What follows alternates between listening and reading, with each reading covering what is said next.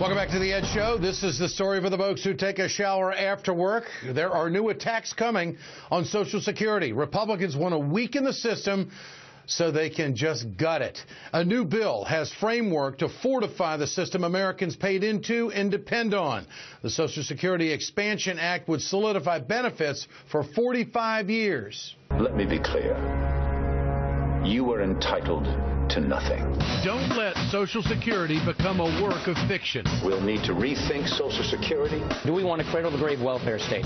We can't maintain the welfare state as we know it. When people tell you Social Security is going broke, you look them in the eye and you tell them they're not telling you the truth. Senator Bernie Sanders has a new bill to strengthen Social Security. More than $1.1 trillion has been pocketed by the wealthiest people in this country instead of going into the Social Security Trust Fund. Current people pay into it. Right. We would take the money and we would pay it out to other recipients. That's the definition of a Ponzi scheme. You don't cut those benefits. You expand those benefits.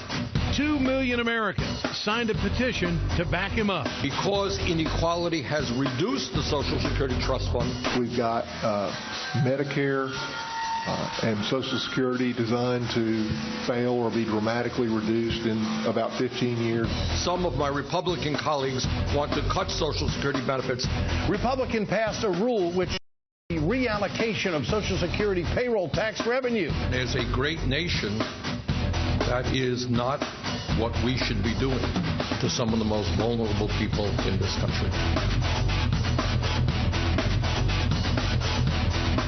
Joining me tonight, Senator Bernie Sanders. Senator, good to have you with us tonight.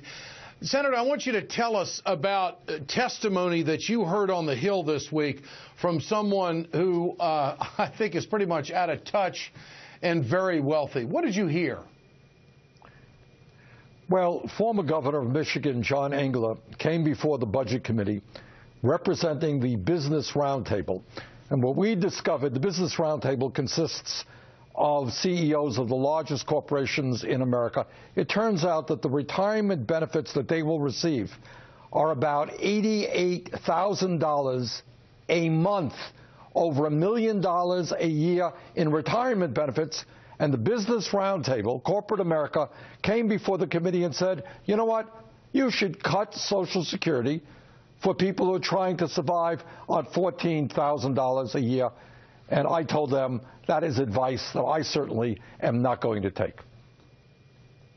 So the Business Roundtable, why would someone that wealthy of that position want to meddle into Social Security, a program that has been so successful?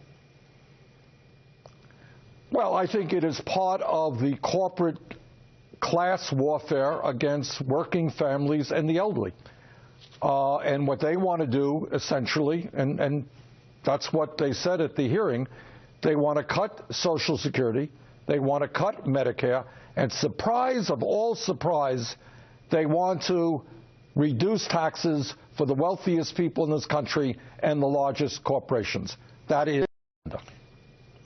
We have seen this movie before. Now, what is your bill going to do? Is this going to remove the cap for wealthier Americans to give the program more solvency in the out years? Tell us about it. Yeah, the answer is yes. But what we should all understand, if Congress does nothing, and Congress, in my view, has got to act and act quickly, Social Security, which has a $2.8 trillion surplus in the trust fund, can pay out every benefit owed to every eligible American for the next 18 years. What my legislation would do is two things. Number one, it would make Social Security solvent until the year 2060, 45 years from now. Second of all, it would expand benefits by about $65 per month for most beneficiaries. The other thing that it would do, Ed, is change the formulation as to how we adjust COLAs, because right now I think the way we do it is unfair to seniors and underestimates inflation for what seniors purchase. You anticipate this being a hot issue in 2016? I mean, are they that adamant about getting this done? Well, I'll tell you, all I can tell you is that in 3 out of the 4 hearings that we have had on the Budget Committee, the Republicans have brought forth witnesses who in one way or another are talking about cutting Social Security. The Koch brothers, who, as you know, fund a lot of the Republican Party from way back when, are adamant that the federal government should not be involved in retirement benefits, that Social Security should be privatized. All right. Senator Bernie Sanders always